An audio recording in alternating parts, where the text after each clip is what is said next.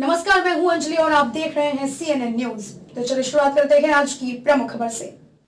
भगवान शिव के अपमान को सहन न कर पाई माता सती ने अग्नि में कूद खुद को भस्म कर लिया था, जिस वजह से भगवान शिव क्रोधित होकर माता सती को उठा पूरे ब्रह्मांड में घूमने लगे। जहां जहां भगवान शिव मां सती को लेकर निकले, वहां वहां उनके देह के अंग गिरे और शक्तिपीठ स्थापित हो गए। देवी पुराण में इन शक्तिपीठों की संख्या 51 बताई गई है, लेकिन तंत्र चूड़ामणि में 52 शक्तिपीठ बताए गए हैं, जबकि कई अन्य ग्रंथों में यह संख्या 108 तक बताई गई है। तंत्र चूड़ामणि के अनुसार माता सती का ये शक्ति छत्तीसगढ़ के बस्तर क्षेत्र की हसीन वादियों के दंतेवाड़ा में दंतेश्वरी मंदिर के नाम से प्रसिद्ध है।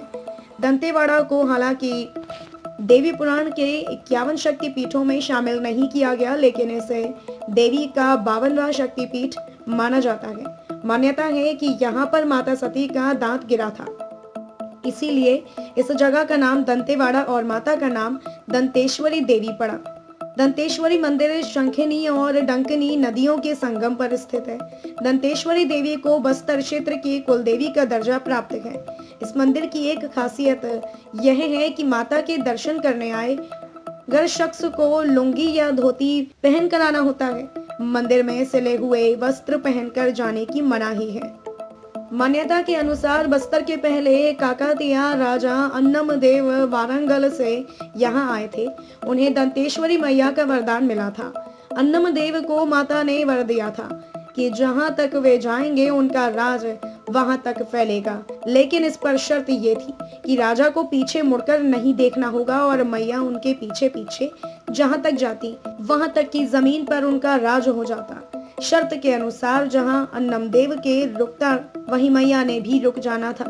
अन्नमदेव ने चलना शुरू किया और वे कई दिन और रात चलते रहे।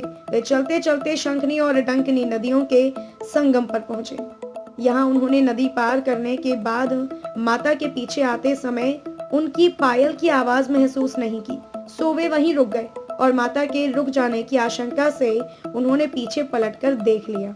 माता तब नदी पार कर रही थी। राजा के रुकते ही मैया भी रुक गईं और उन्होंने आगे जाने से इनकार कर दिया।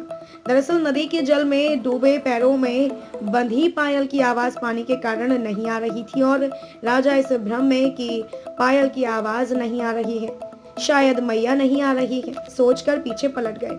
वचन के अनुसार मैया के लिए राजा ने शंखनी और डंकिनी नदी के संगम पर एक सुंदर घर यानी मंदिर बनवा दिया। तब से मैया वहीं स्थापित है। दंतेश्वरी मंदिर के पास ही शंखनी और डंकिनी नदी के संगम पर मां दंतेश्वरी के चरणों के चिन्ह मौजूद हैं और यहाँ सच्चे मन से की गई मनोकामनाएं अवश्य पूर्ण होती हैं।